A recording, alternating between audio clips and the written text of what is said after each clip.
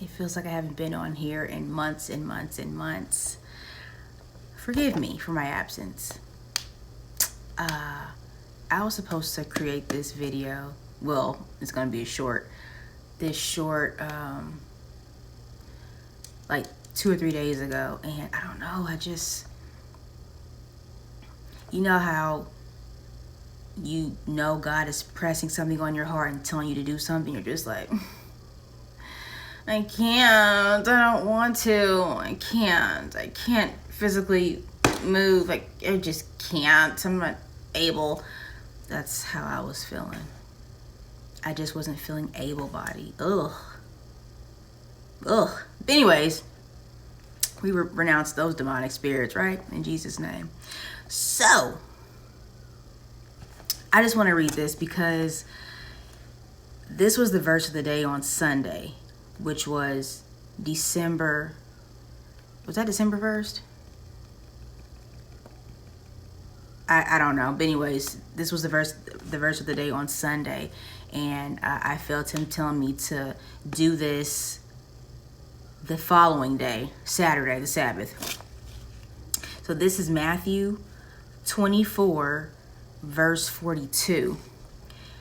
And Jesus says, "Therefore keep watch, because you do not know on what day your Lord will come.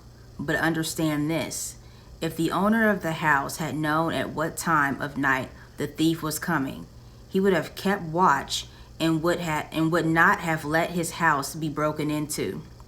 So you must also be ready, because the Son of Man will come at an hour when you do not expect him." So this is like a perfect example of this verse. Just this past weekend, my family and I celebrated my grandmother's 80th birthday. Took her to a nice restaurant and a nice little lounge area too, downtown. Very nice. Well, after dinner, we took her home, and all of us should have went home. My elders wanted to keep going, and I'm like, probably isn't a good idea. But,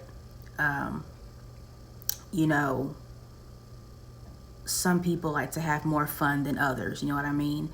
And I kid you not, this same night, I looked at the Bible verse of the day in my Bible app on my phone, and it was Matthew 24, verse 42. And I was like, oh my God. I even showed my mom. I was like, this is not a coincidence. This is not a coincidence. And one of my family members, I kept telling this person, hey, you should probably go back to your hotel room, because I was on my way home with my mother, but this family member wanted to stay out. And I'm like, no, it's not a good idea. You know, ain't nothing out in these streets past midnight but temptation. Let's call it a night, okay? We celebrated Granny's birthday. Let's wrap it up. And it was kind of like a back and forth thing. My mom's like, let it go. Let it go. Just pray for this person, okay? Let it go.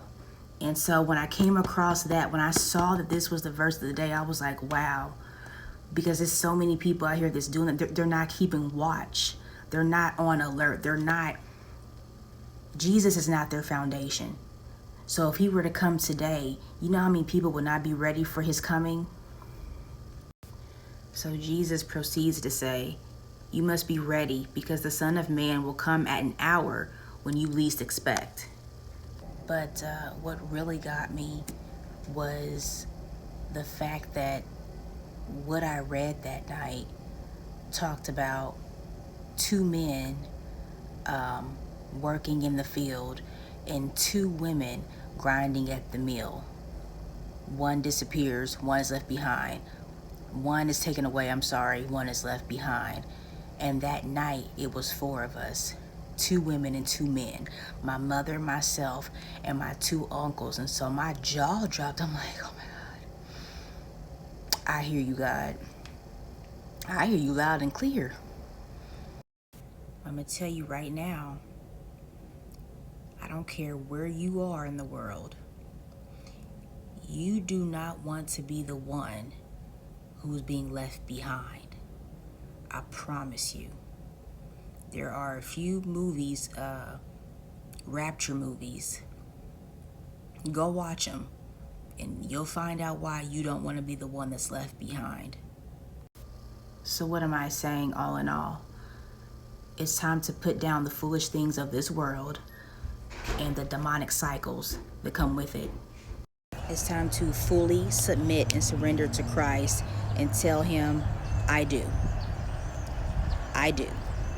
That way, when he comes, you are rooted in him and you are ready for him.